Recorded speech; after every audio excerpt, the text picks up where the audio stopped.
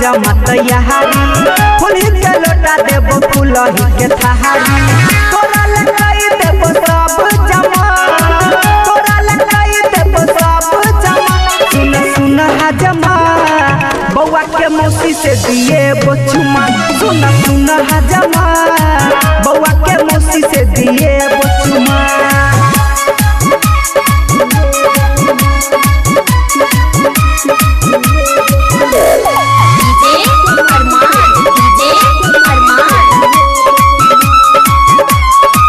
भर देबो तोरा हम तोरा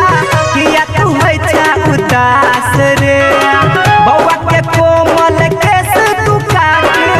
तोरा देबो कुछ खास रे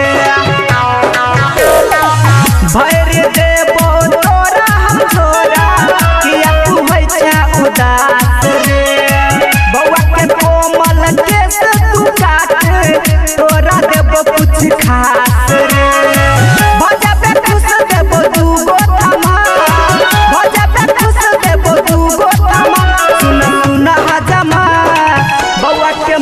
से दिए बचुमा सुन सुन हजमा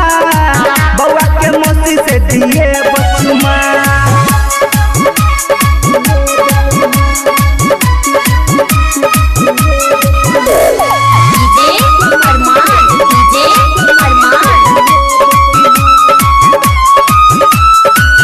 नया धोती नया कुर्ता देव तोरा सनेस रे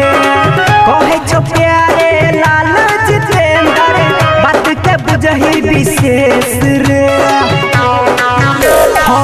नया धोती नया कुर्ता देव तोरा सनेस रे कहे छो प्यारे लाल जितेंद्र बात के बुझही विशेष रे तोरा हमरे रामा खुश तोरा हमरे रामा सुन सुन हजमा बउआ के मौसी से दिए बचुमा सुन सुन हजमा बउआ के मौसी से दिए